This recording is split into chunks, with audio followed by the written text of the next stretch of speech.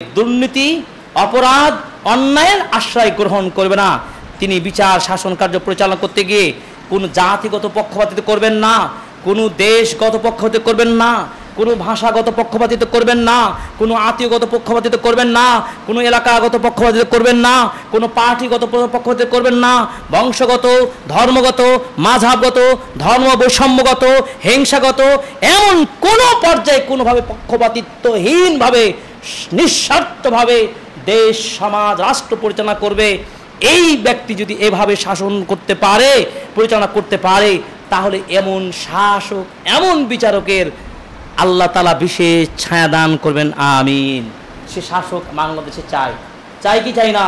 আল্লাহ আমাদেরকে সে শাসক, রাষ্ট্রনেতা তুমি দান করো। আমিন। আল্লাহ রাব্বুল আলামিন বলছেন সূরা মায়েদা 48 নম্বর আয়াত, ফাহকুম বাইনাহুম বিমা আনজালাল্লাহ ওয়া লা তাত্তাবি আহওয়াহুম আম্মা জাআকা মিনাল হক। তোমরা ফয়সালা করো আল্লাহ যেভাবে বিধান নাজিল করেছেন ওইভাবে। আমরা ফয়সালা করি কিভাবে?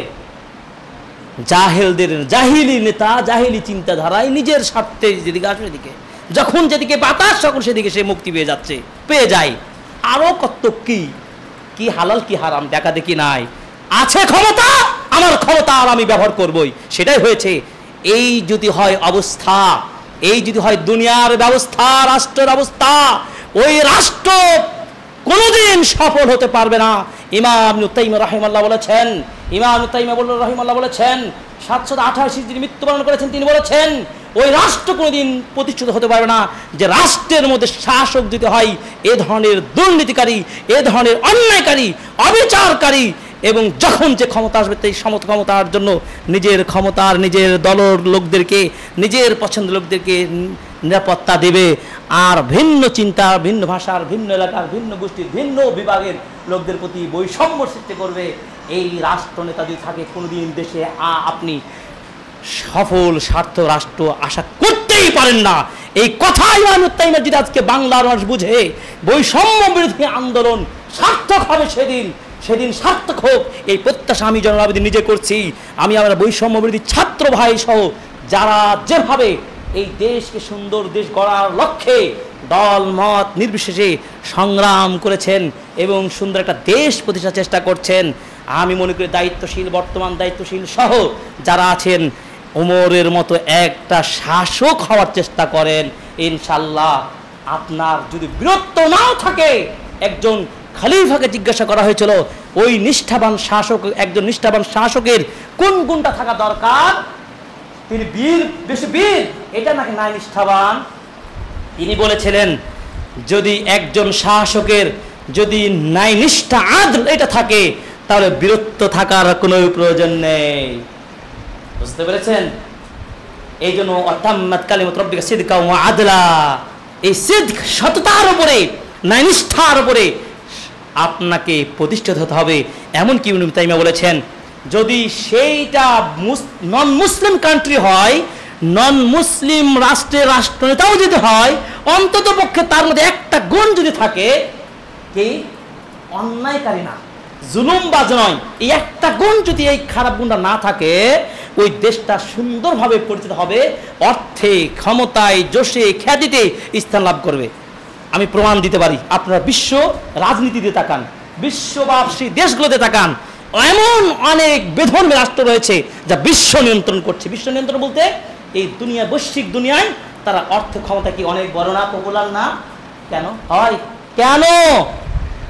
আপনারা যারা প্রবাসে যারা যান, যারা দেশ বিদেশ ঘুরেন, আমি তাদের সুনাম করছি না, কিন্তু তাদের মুখেই অবজার্ভ, রিপোর্ট কালেকশন করেন, যতটা বাংলার জমিনে চ্যাম্পিয়ন হয় দুর্নীতিতে 2 নম্বরে, অন্য দেশে কয়টা দুর্নীতির চ্যাম্পিয়ন হয় সেটা দেখেন। সফল রাষ্ট্রের কথা বলছি আমি ইশারাই বলছি, বুঝে নিতে হবে। তারা কিন্তু এই গুণগুলোতে অনেকটা অ্যাডভান্স। তাদের তাওহীদ নাই, এটা ঠিক, তাদের ঈমান নাই, এটা ঠিক, কিন্তু বৈশ্বিক দুনিয়াতে তারা কি সফল? কেন? কোন গুণে থাকার কারণে? নাইনিষ্ঠা, আদল, সততা থাকার কারণে। এই সততার গুণ অর্জন করতে হবে, সফল রাষ্ট্র গঠন হবে। দাউদ নবীকে আল্লাহ বলছেন তোমাকে খলিফা বানিয়েছে, তুমি নাইনিষ্ঠার সাথে ফয়সালা করো।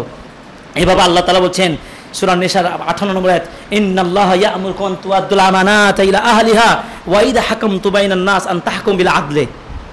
আল্লাহ নির্দেশ, যখন তুই ফয়সালা করবে ন্যায় নিষ্ঠার সাথে করবে।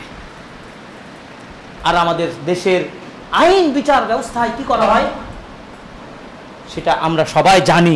অতএব আমরা এমন বিচারক হই যেন পরকালে যেন আমরা এটার বিনিময়ে জান্নাত পাই, আর সে ছায়া পায়। সূরা হুজরাত 9 নম্বর আয়াত পড়ে নেবেন। এভাবে রাসূল সাল্লাল্লাহু আলাইহি ওয়াসাল্লাম বলছে জান্নাতি 3 প্রকার, তার মধ্যে একটা হলো জান্নাতি, তিনি বিশেষায়িত করেছেন।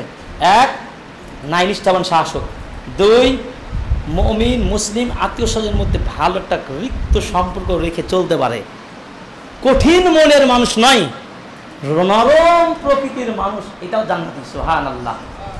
চিন্তা করতে পারেন, আমরা নরম মানুষ হতে পারবো না? একটু ভালোবাসা দেখাতে পারবে না? আমরা আত্মীয় স্বজন পাড়া প্রতিবেশী কারোর প্রতি রাগ দুঃখ কষ্ট নাই, আমরা ভ্রাতৃত্ব করতে পারি না?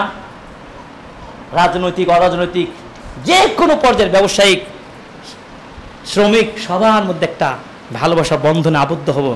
3 নম্বর হলো ওই গরিব পিতা গরিব হওয়া সত্ত্বেও তার সন্তানাদি অনেক রয়েছে, তারপর তিনি হারাম পথে উপার্জনের চেষ্টা করে না। এই 3 শ্রেণীর ব্যক্তিকে বিশেষ জান্নাতি ব্যক্তি বলা হয়েছে। ওই শাসক 3 প্রকার, রাসূলের হাদিস। একজন শাসক যাবে জান্নাতে আর 2 জন শাসক যাবে জাহান্নামে। হাদিসটা কঠিন, মদিনা বিশ্ববিদ্যালয়ে এবারই পড়ে আসলাম। আল্লাহু আকবার। কিতাবুল কাদা ফয়সালার পর্বে যেই বিচারক জান্নাত যাবে তিনি হলো উনি যিনি সত্যটা বুঝে তদন্ত সাপেক্ষে সঠিকভাবে ইনসাফের সাথে ফয়সালা দিয়ে থাকেন, জান্নাতি বিচারক। আর 2 জন জাহান্নামীকে সত্য জানার পরেও উল্টো রায় দেয়, ডাইরেক্ট জাহান্নাম। জজ সাহেব সাবধান। আল্লাহ। আর একজন কি এই সত্য তদন্ত করার কোন জ্ঞানই রাখে না, জাহেল, কোনোভাবে দল মত পেয়ে দলের চেয়ারে বসে গেছে, যাচাই করা তার জ্ঞানই নাই, তার ট্রেন নাই। এই জাহেল কাজী ফয়সালাকারী শাসক সরাসরি জাহান্নামে যাবে, স্পষ্ট হাদিস।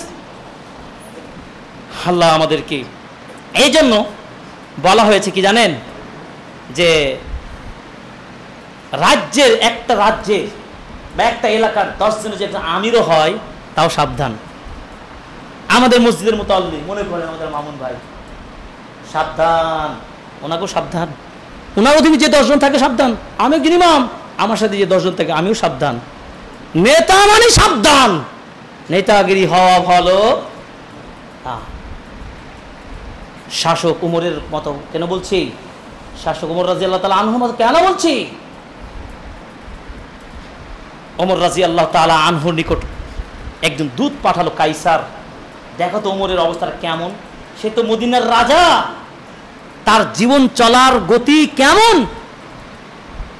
ওই দূত এসে মদিনাবাসীকে জিজ্ঞাসা করছেন, ওমর আইনা ওমর রাদিয়াল্লাহু তাআলা আনহু, ওমর রাদিয়াল্লাহু তাআলা কোথায়, তিনি তো আপনাদের রাজা। তখন মদিনাবাসী উত্তর দিচ্ছে কি জানেন, ওমর রাদিয়াল্লাহু কিন্তু আমাদের রাজা নয়, তিনি আমাদের আমির। ইসলাম ভাষাগুলো দেখেন, লাইসাল মুলক ওয়া হুয়া আমির, তিনি হচ্ছে আমির। তখন বললেন কোথায়? ওমর রাদিয়াল্লাহু তাআলা আনহু মদিনার শহর একটু বাইরে তিনি গেছেন, এক মদিনার উপকণ্ঠে গেছেন, এলাকার নাম বলা হলো। সে দূত সেই অনুযায়ী সেই এলাকায় ছুটলেন।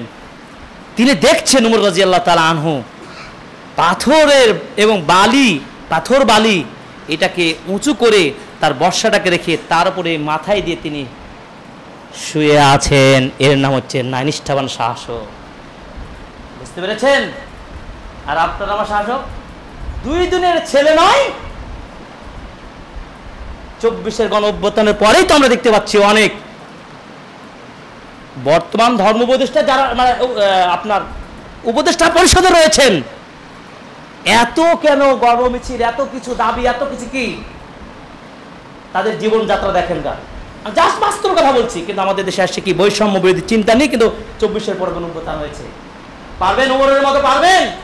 একজন করেছেন, একজন চিন্তা করেছেন কারা বৈষম্যের শিকার হচ্ছে?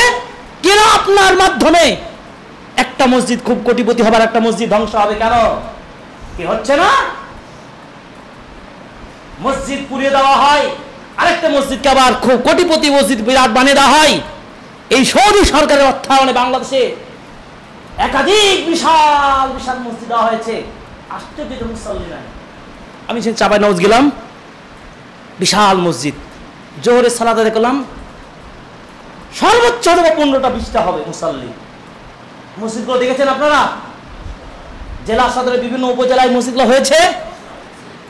এই মসজিদগুলো কয়জন, যদিও বর্তমান সরকারের নয়, আগের সরকার করেছে।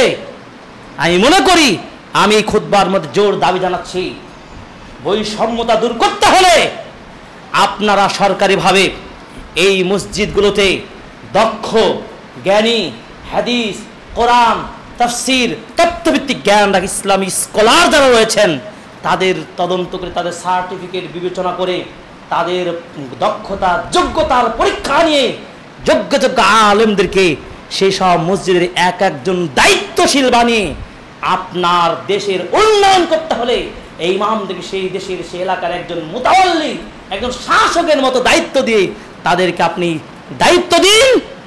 দেখবেন সমাজ, এই বাংলাদেশ সবুজ শ্যামল দেশটা অনেক এগিয়ে যাবে ইনশাআল্লাহ। আমাদের শাসক গোষ্ঠী যারা আছেন আগামীতে আসবেন, আমি মনে করি এই তথ্যভিত্তিক এই গবেষণা কথাটি একটু যদি খেয়াল করেন, বাংলার মানুষের ভালোবাসা পাবেন ইনশাআল্লাহ। দলমত নির্বিশেষে সবাই চিন্তা করবেন এই মসজিদটার জন্য উন্নয়ন হয় যোগ্য আলেম দ্বারা, বিশেষ কিছু শ্রেণীর মানুষের দ্বারা কুক্ষিগত করবেন না। নিয়োগ প্রক্রিয়ায় কুক্ষিগত করা হয় কিভাবে? ওই শ্রেণীর ঘোরানোর লোকেরা হুজুরা থাকবে, আর এত ডিগ্রি নিয়ে পড়াশোনা করে উচ্চতর পড়াশোনা করলেন,